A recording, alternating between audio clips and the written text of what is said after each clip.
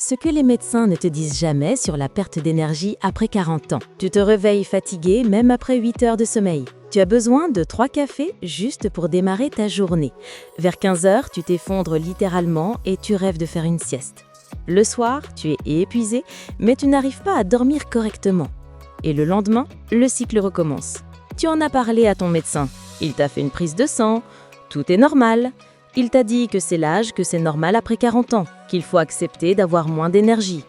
Peut-être qu'il t'a prescrit des vitamines génériques ou des compléments en fer qui ne changent rien. Mais voici ce que ton médecin ne t'a probablement pas dit. Cette fatigue chronique n'est pas une fatalité de l'âge. Ce n'est pas normal. C'est un signal d'alarme que quelque chose dysfonctionne dans ton corps. Et dans 90% des cas, ce quelque chose est identifiable et réversible. Aujourd'hui, on va plonger dans les vraies causes de la perte d'énergie après 40 ans, celles que les analyses standards ne détectent pas, celles que la médecine conventionnelle ignore souvent, et surtout les solutions concrètes pour retrouver l'énergie que tu avais à 30 ans. Reste jusqu'à la fin, car la dernière cause va probablement te choquer par sa banalité et son impact dévastateur. Et tout est détaillé en description avec des protocoles complets que tu peux appliquer dès demain. Abonne-toi maintenant, car cette vidéo pourrait littéralement transformer ta vie dans les prochaines semaines. Cause numéro 1 de la fatigue chronique après 40 ans est celle que ton médecin rate presque systématiquement, la dysfonction mitochondriale. Les mitochondries, ce sont les centrales énergétiques de tes cellules. Chaque cellule en contient des centaines, parfois des milliers. Ces petites organelles transforment les nutriments que tu manges et l'oxygène que tu respires en ATP, la monnaie énergétique universelle de ton corps. Pas d'ATP, pas d'énergie. C'est aussi simple et aussi fondamental que ça. Le problème ? Après 40 ans, tes mitochondries commencent à décliner naturellement. Elles deviennent moins nombreuses, moins efficaces, plus endommagées. C'est un processus appelé dysfonction mitochondriale. Et c'est l'une des causes profondes du vieillissement lui-même. Mais ce déclin n'est pas une fatalité linéaire. Il est massivement accéléré par ton mode de vie moderne.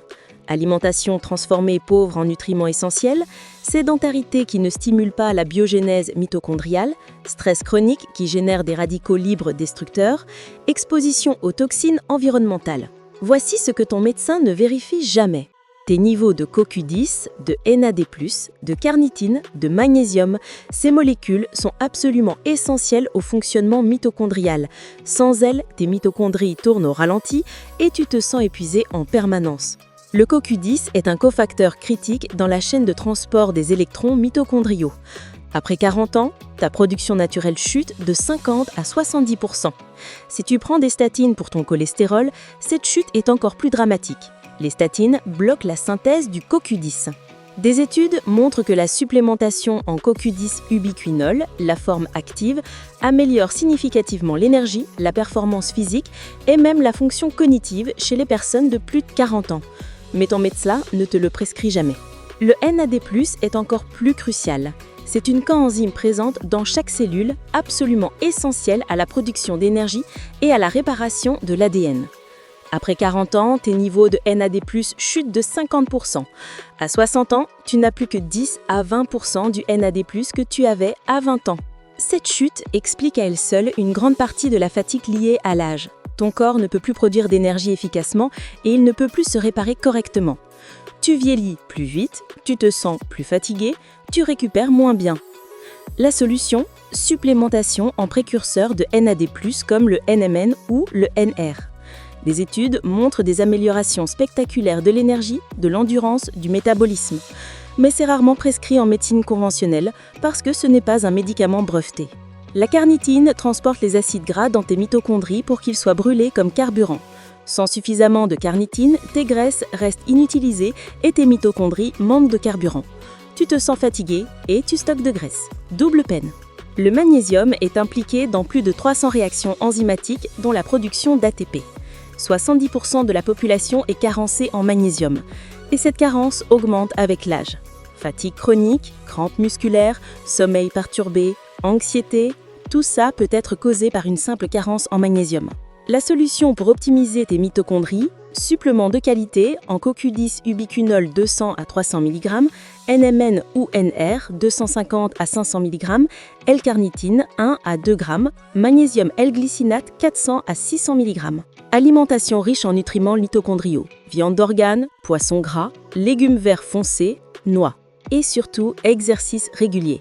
L'exercice, particulièrement l'entraînement en intervalle et la musculation, stimule la biogénèse mitochondriale. Littéralement, tu fabriques de nouvelles mitochondries jeunes et efficaces. C'est le stimulus le plus puissant pour rajeunir ton métabolisme énergétique. N'oublie pas de regarder en description. J'ai mis un protocole complet d'optimisation mitochondriale avec les dosages précis, les marques de qualité et le timing optimal de prise. Cause numéro 2 de la fatigue chronique après 40 ans et celle que ton médecin rate presque systématiquement, la résistance à l'insuline subclinique. Quand ton médecin fait ta prise de sang, il regarde ta glycémie à jeun. Si elle est en dessous de 1 g par litre, il te dit que tout va bien. Mais c'est une vision terriblement limitée.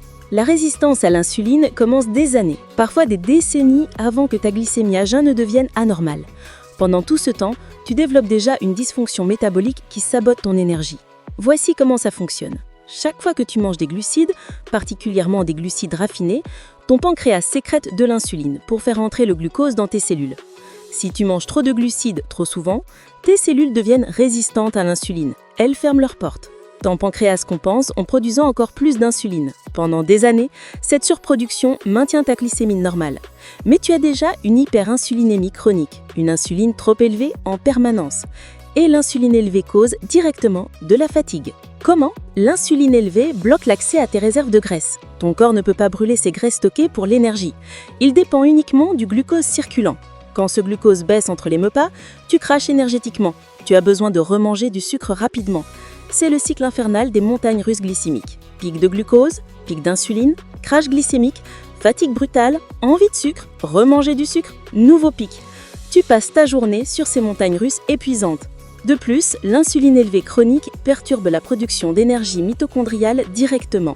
Elle interfère avec le métabolisme du glucose dans tes mitochondries. Même si tu manges assez, tes cellules ne peuvent pas produire d'ATP efficacement.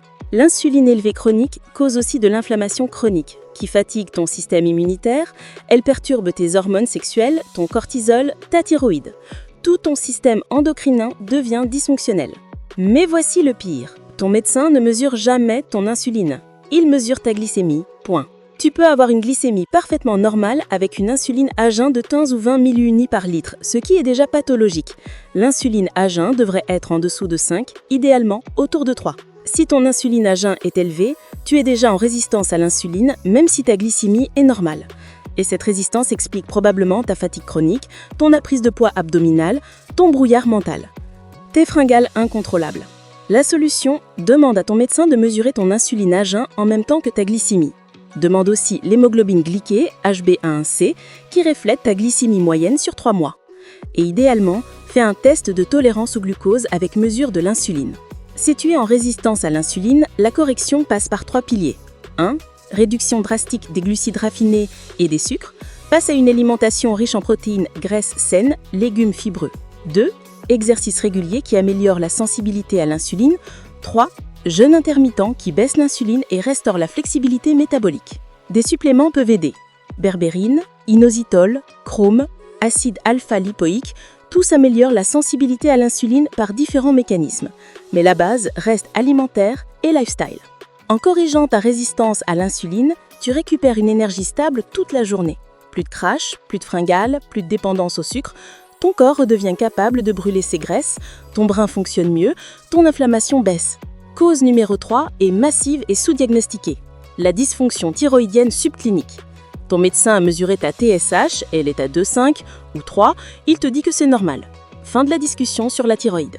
Mais voici la réalité. La TSH seule ne révèle pas grand-chose. C'est une hormone produite par l'hypophyse pour stimuler ta thyroïde. Elle peut être normale alors que tes hormones thyroïdiennes actives sont basses. C'est ce qu'on appelle une hypothyroïdie subclinique. Ton médecin ne mesure presque jamais la T3 libre, l'hormone thyroïdienne active qui fait réellement le travail dans tes cellules. La T4 se transforme en T3, mais cette conversion peut être bloquée par le stress, l'inflammation, les carences nutritionnelles, les toxines. Tu peux avoir une TSH et une T4 normale, mais une T3 libre basse. Et avec une T3 basse, tu te sens épuisé, tu as froid facilement, tu prends du poids, ton humeur est déprimée, ta peau est sèche, tes cheveux tombent, ton brin fonctionne au ralenti. La thyroïde contrôle ton métabolisme basal, la vitesse à laquelle chaque cellule fonctionne. Une thyroïde sous-optimale ralentit tout. C'est comme si tu vivais constamment au ralenti avec le frein à main serré. Après 40 ans, la fonction thyroïdienne décline naturellement, particulièrement chez les femmes. Les carences en iode, sélénium, zinc aggravent le problème. Le stress chronique qui élève le cortisol bloque la conversion T4 vers T3. L'inflammation intestinale perturbe l'axe thyroïdien. La solution demande un bilan thyroïdien complet, pas juste la TSH. Tu veux mesurer TSH, T4 libre, T3 libre, T3 revers et les anticorps anti-TPO et anti-thyroglobine pour exclure une thyroïdite auto-immune. Si ta T3 libre est dans le tiers inférieur de la plage normale, tu es probablement en hypothyroïdie subclinique même si ton médecin te dit que tout va bien. Tu dois optimiser ta thyroïde. Optimisation nutritionnelle, iode via algues marines ou suppléments, sélénium via noix du Brésil ou suppléments, zinc, vitamine A, rétinol, tyrosine. Tous ces nutriments sont essentiels à la production et conversion des hormones thyroïdiennes. Réduction du stress et du cortisol chronique. Le cortisol élevé bloque directement la conversion T4 vers T3. Tu produis à la place de la T3 revers une forme inactive qui occupe le récepteur sans activer le métabolisme. Santé intestinale optimale. 20% de la conversion T4 vers T3 se fait dans ton intestin. Si ton microbiome est déséquilibré, cette conversion est compromise. Probiotiques, prébiotiques, fibres, aliments fermentés. Si malgré tout ton corps ne produit pas assez de T3, tu as peut-être besoin d'une supplémentation hormonale. Pas juste de la T4 synthétique comme le lévothyrox, mais une combinaison T4-T3 ou même de la thyroïde naturelle desséchée. Discute de ces options avec un médecin fonctionnel ou un endocrinologue ouvert. Cause numéro 4, que personne ne vérifie, les carences nutritionnelles multiples. Ton médecin mesure peut-être ton fer, rarement ta B12, presque jamais ton magnésium, ta vitamine D, ton zinc, ton sélénium. Pourtant, ces carences sont épidémiques et directement responsables de fatigue chronique. La vitamine D n'est pas vraiment une vitamine, c'est une hormone stéroïdienne impliquée dans plus de 1000 processus biologiques. Elle régule ton système immunitaire, ton humeur, ton métabolisme, ta fonction musculaire. 80% de la population est carencée ou insuffisante. Une vitamine D basse pose directement fatigue, douleurs musculaires, dépression, immunité affaiblie. Après 40 ans, ta peau produit moins de vitamine D au soleil et ton absorption intestinale diminue. Tu dois soit t'exposer intelligemment au soleil, soit te supplémenter. Les vitamines B, particulièrement B12, B6, B9, sont essentielles à la production d'énergie et au fonctionnement neurologique. La B12 est particulièrement critique. Après 40 ans, ton absorption de B12 diminue à cause de la réduction d'acidité gastrique. Une carence en B12 pose fatigue extrême, brouillard mental, dépression, neuropathie. Mais elle se développe lentement sur des années. Quand les symptômes apparaissent, la carence est déjà sévère. Et les dosages standards de B12 sont trompeurs. Tu peux avoir une B12 sanguine normale, mais une carence fonctionnelle intracellulaire. Le fer est évident pour les femmes qui ont encore leurs règles, mais même après la ménopause, des carences peuvent persister. Le fer est essentiel au transport de l'oxygène, à la production de l'énergie mitochondriale. Sans fer suffisant, tu es littéralement en hypoxie cellulaire. Mais attention, trop de fer est aussi problématique. Ne te supplémente en fer que si tu es carencé confirmé par prise de sang avec ferritine basse. Le fer en excès est pro-oxydant et peut endommager tes tissus. Le zinc est impliqué dans plus de 200 réactions enzymatiques. Il est essentiel à ta thyroïde, ton système immunitaire, ta production hormonale, ta fonction cognitive. La carence en zinc est très fréquente, particulièrement si tu manges peu de viande rouge ou de fruits de mer. La solution demande un bilan nutritionnel complet, pas juste la formule sanguine basique. Mesure vitamine D, B12, ferritine, magnésium érythrocytaire, zinc sérique. Corrige les carences avec des suppléments de qualité en dose thérapeutique, pas des multivitamines sous-dosées. Cause numéro 5, et celle-ci va te surprendre par sa simplicité, la déshydratation chronique. Tu penses boire assez d'eau, mais la réalité est que la plupart des gens de plus de 40 ans sont en déshydratation subclinique permanente. Après 40 ans, ton mécanisme de la soif devient moins sensible. Tu ne ressens pas la soif aussi fortement. En parallèle, ta fonction rénale décline légèrement, tu perds plus d'eau dans tes urines. Résultat, tu es chroniquement sous-hydraté sans même t'en rendre compte. Une déshydratation même légère de 1 à 2% cause déjà de la fatigue, des maux de tête, de la difficulté de concentration. À 3%, tu es significativement impacté physiquement et cognitivement. Et beaucoup de gens fonctionnent à ce niveau chroniquement. L'eau est impliquée dans absolument tous les processus biologiques. Transport des nutriments, élimination des déchets, régulation thermique, lubrification articulaire, fonction brémale. Ton cerveau est 75% d'eau. Quand tu es déshydraté, ton cerveau fonctionne littéralement moins bien. La solution est simple mais nécessite de la discipline. Bois de 2 à 3 litres d'eau par jour en fonction de ton poids, ton niveau d'activité, le climat. Commence ta journée avec 500 ml d'eau au réveil. Bois régulièrement tout au long de la journée, pas seulement quand tu as soif. Ajoute une pincée de sel de qualité à ton eau, particulièrement si tu transpires ou si tu es actif. L'eau sans électrolytes traverse ton corps sans être retenue. Le sodium, le potassium, le magnésium permettent l'hydratation cellulaire réelle.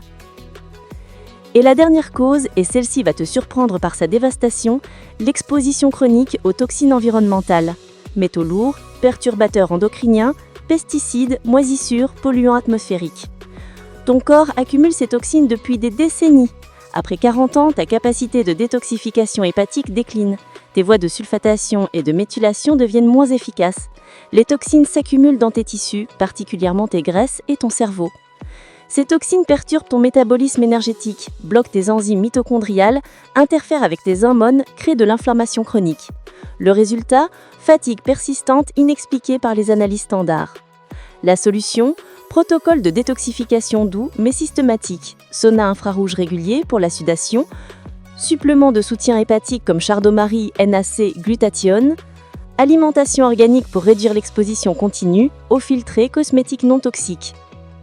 Voilà les vraies causes de ta perte d'énergie après 40 ans.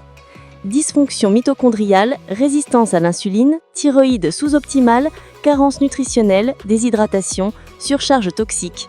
Ton médecin ne cherche presque jamais ces causes parce qu'elles sortent du protocole standard. Mais maintenant que tu les connais, tu peux agir. Chaque cause a sa solution. Ça demande des efforts, de l'investissement, de la constance. Mais c'est infiniment plus efficace que d'accepter passivement la fatigue comme une fatalité de l'âge. Si cette vidéo t'a ouvert les yeux sur les causes cachées de ta fatigue, abonne-toi pour plus de contenu qui révèle ce que la médecine conventionnelle ignore.